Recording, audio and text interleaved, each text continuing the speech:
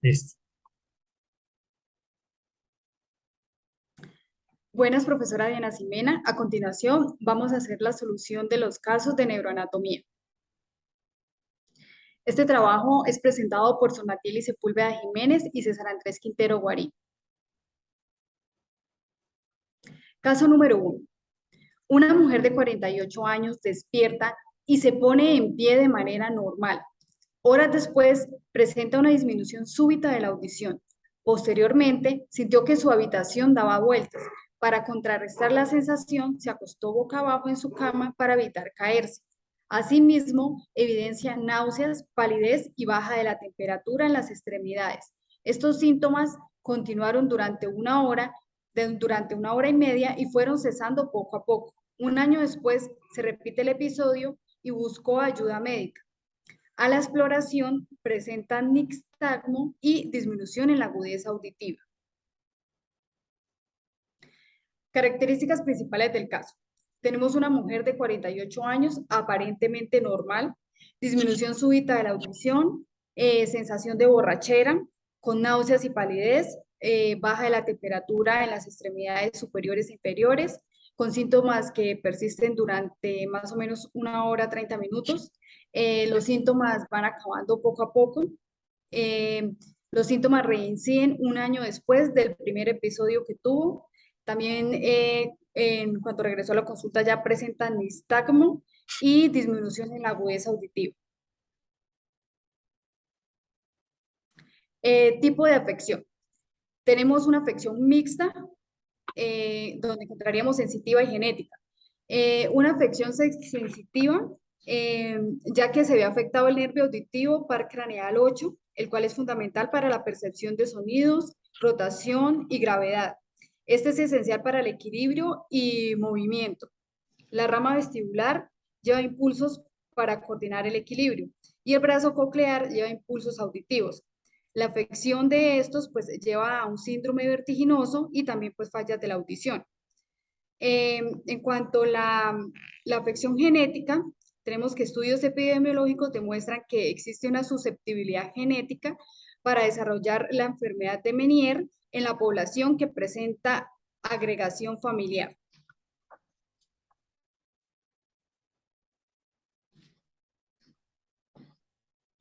Estructuras neuroanatómicas. Tenemos el tronco cerebral, mesencéfalo, que contiene núcleos de nervios craneales responsables del movimiento de los ojos, la expresión facial, la sensación facial y la audición. Tenemos el cerebelo, que es el responsable de la integración y coordinación de los grupos de músculos distribuidos por todo el cuerpo. Tenemos el tálamo, que es el que procesa la información sensorial y motora. Y tenemos el hipotálamo, que es el que regula la temperatura. Diagnóstico. Bueno, el diagnóstico tenemos paciente con 2 episodios de vértigo con duración de más de 20 minutos. Esto se define, o sea, se define que es vértigo por la disminución en su audición, pérdida del equilibrio, cambio de temperatura, espasmos oculares o nistagmo y mareos, indicios propios del vértigo. Estos síntomas son causados por la afectación del aparato vestibular ubicado en el oído interno por el aumento de la presión en los líquidos de este, lo que nos refiere que el paciente padece la enfermedad de Meniere. Dicha enfermedad afecta al oído interno causando ataques repentinos de vértigo. Se descarta neuritis vestibular ya que se trata de una infección y si fuera el caso, los síntomas habrían persistido por más tiempo. Entonces el diagnóstico es la enfermedad de Meniere. Técnicas diagnósticas. Por lo general, la enfermedad de Meniere la diagnostica y trata un otorrinolaringólogo, que es un médico que se especializa en trastornos del oído, nariz y garganta. Signos y síntomas.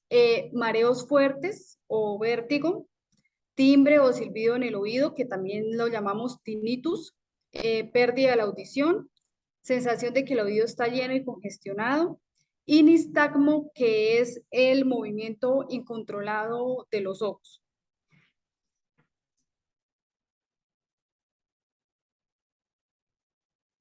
Técnicas diagnósticas.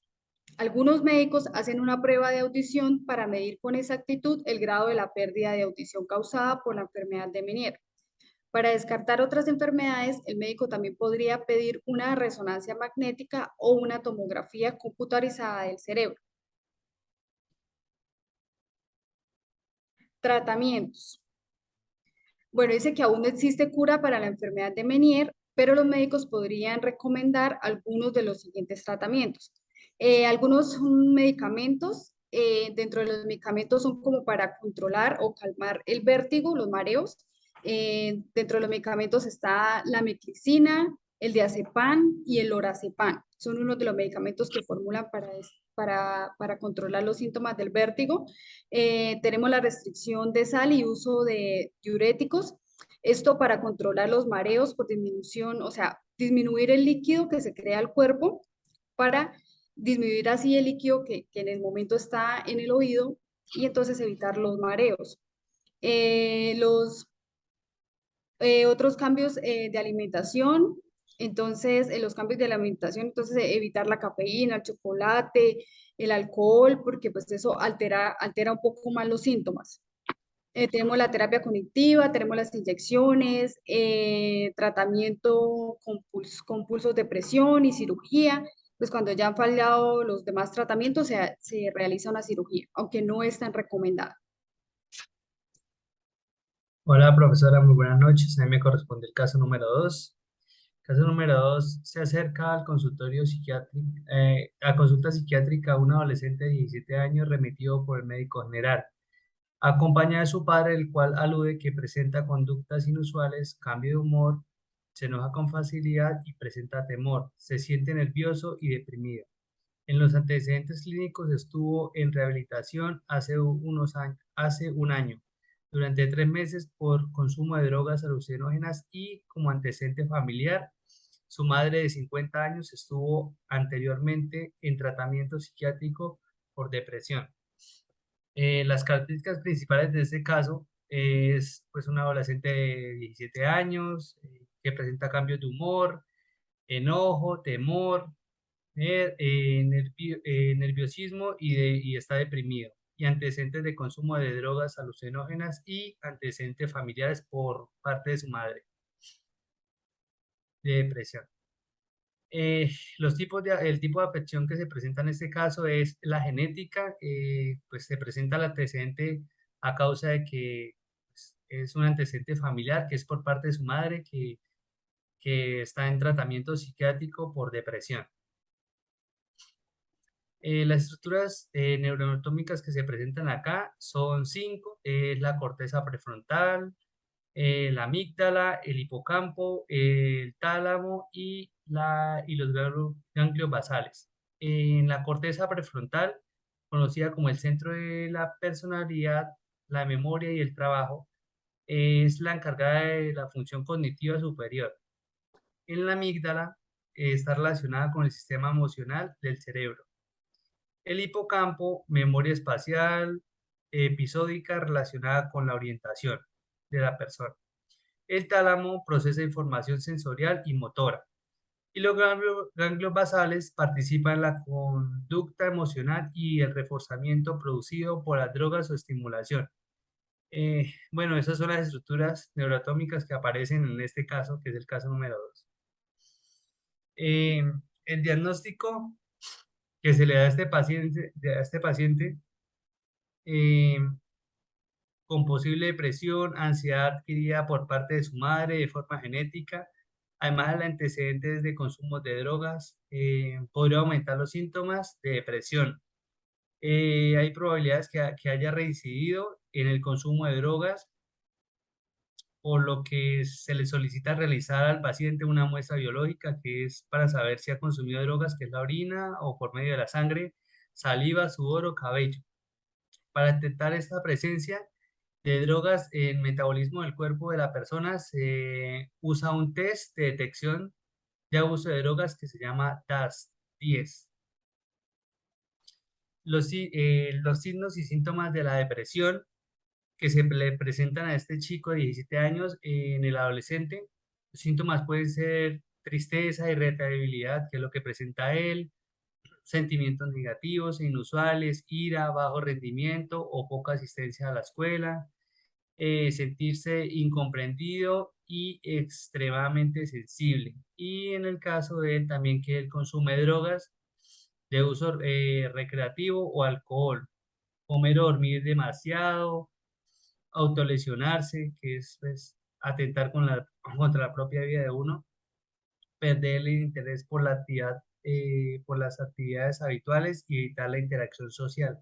Solamente pues estar como apartado de la sociedad y pues como afrontar como la situación solo y pues estos son los síntomas de una persona que tiene depresión.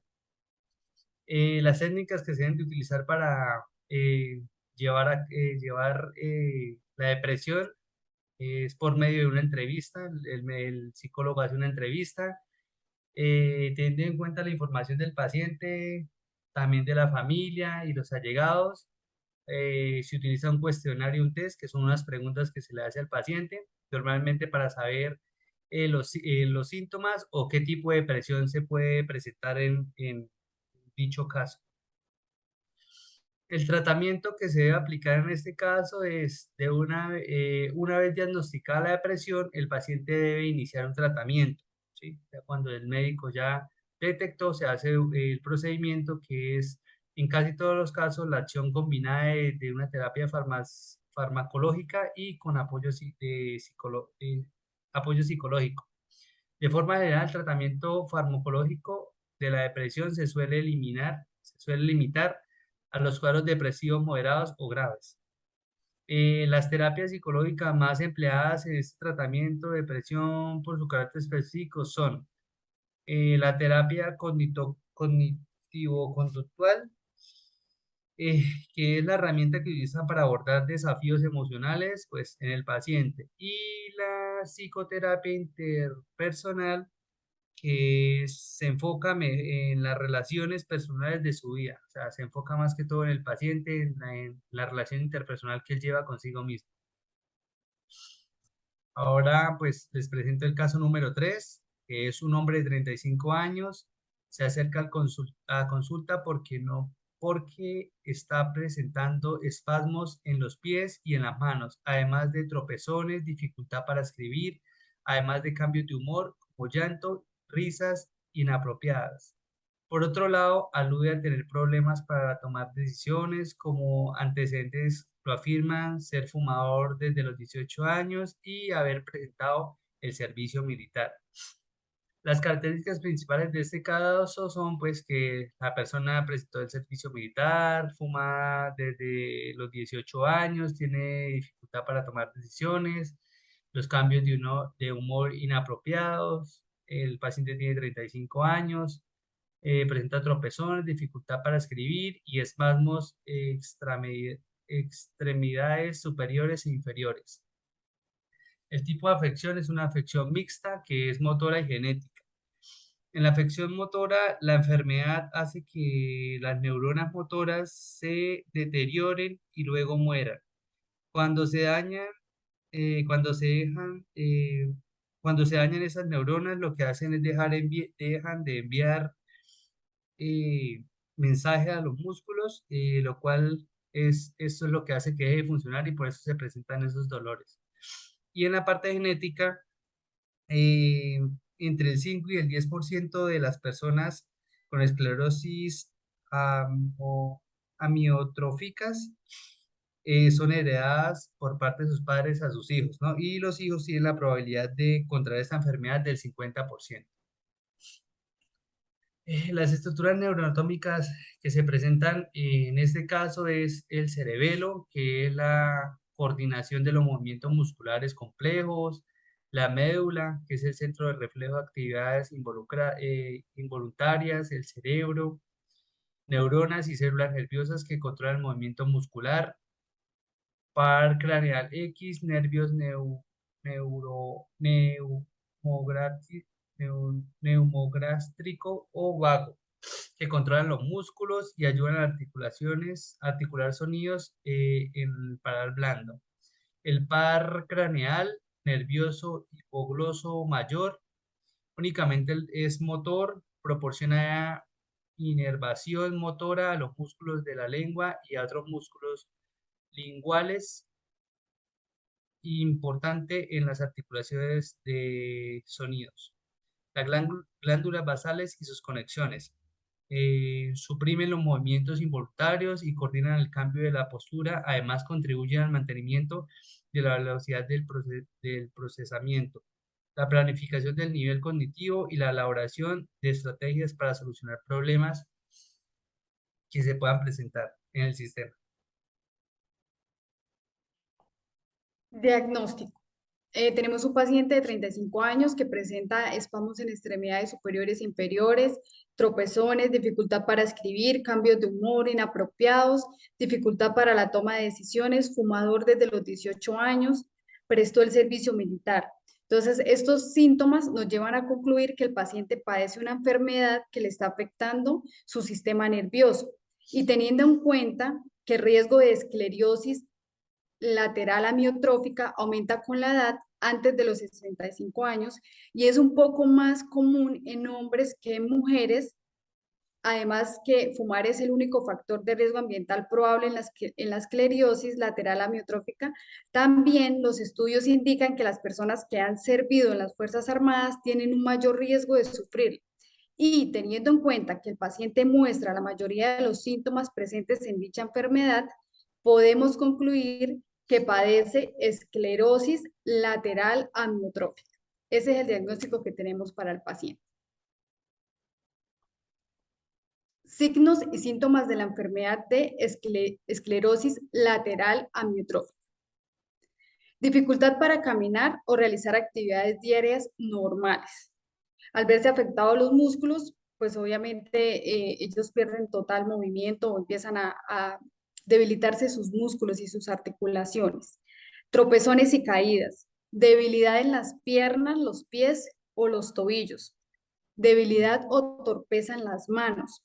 Dificultad para hablar o problemas para tragar. Calambres musculares y espasmos en brazos, hombros y lengua.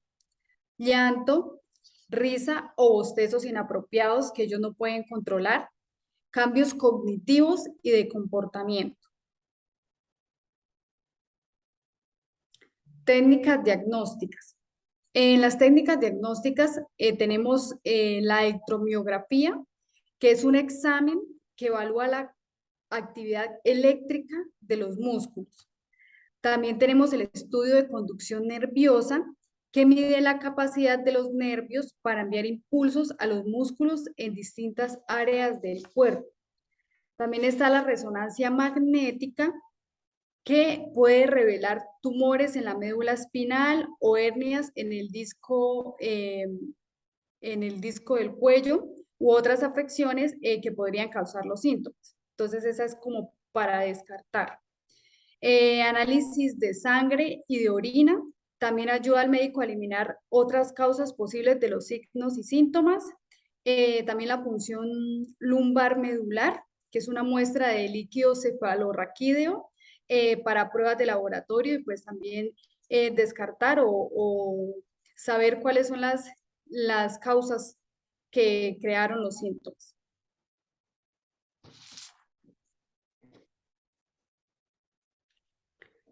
Tratamientos.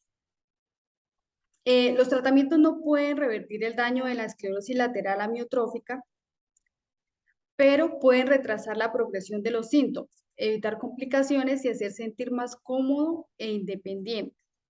Esta enfermedad es una enfermedad con poca expectativa de vida. Entonces, se llevan unos tratamientos para darle una mejor calidad de vida a los pacientes que la padecen, mientras pues se llega el momento de su partida. Están los medicamentos, Riluzul, se demostró que ese medicamento que se administra por vía oral aumenta la expectativa de vida de 3 a 6 meses. Está la edarabona, este medicamento que se administra por infusión intravenosa demostró reducir el deterioro del funcionamiento diario. Tenemos las terapias, que es cuidado de la respiración. pues esas personas al empezar a degenerarse su cuerpo gracias a esta enfermedad, empiezan a sufrir mucho de la respiración. Mediante esas terapias, ellos les enseñan cómo respirar para que puedan respirar mejor. Está la fisioterapia, pues también para sus movimientos, para que traten de recuperar un poco los movimientos y de pronto no sean tan dolorosos también cuando los hagan. Está la terapia ocupacional, que es la encargada de cómo enseñarles a adecuar su casa para acomodarse ya en la condición en que se encuentran en este momento. También de pronto con esta terapia ellos aprenden a utilizar los bastones y caminadores. Está la terapia del habla, porque pues como esta enfermedad también les afecta la lengua, ellos pierden mucho el habla, entonces también para que puedan hablar un poco mejor, expresarse un poco mejor. Y cuando ya esta terapia pues no logra que puedan volver a hablar o volver a expresar algo, entonces les enseña cómo de pronto por señas o cómo comunicarse con las demás personas. Es el apoyo nutricional, porque pues obviamente ellos van a tener una dieta totalmente estricta por la enfermedad. Y está el apoyo psicosocial, pero psicológico y social, pues ya que ellos, como decía anteriormente, tienen una expectativa de vida muy corta, entonces pues necesitan mucha ayuda psicológica. Eh, bueno, ahí están las referencias bibliográficas en las cuales nos basamos para realizar el trabajo. Y a continuación, de dónde se tomaron las imágenes que se utilizaron para las diapositivas. Y así terminaríamos y concluiríamos la solución de los casos. Muchas gracias, profesora. Esperamos que la exposición hubiera sido de todo su agrado.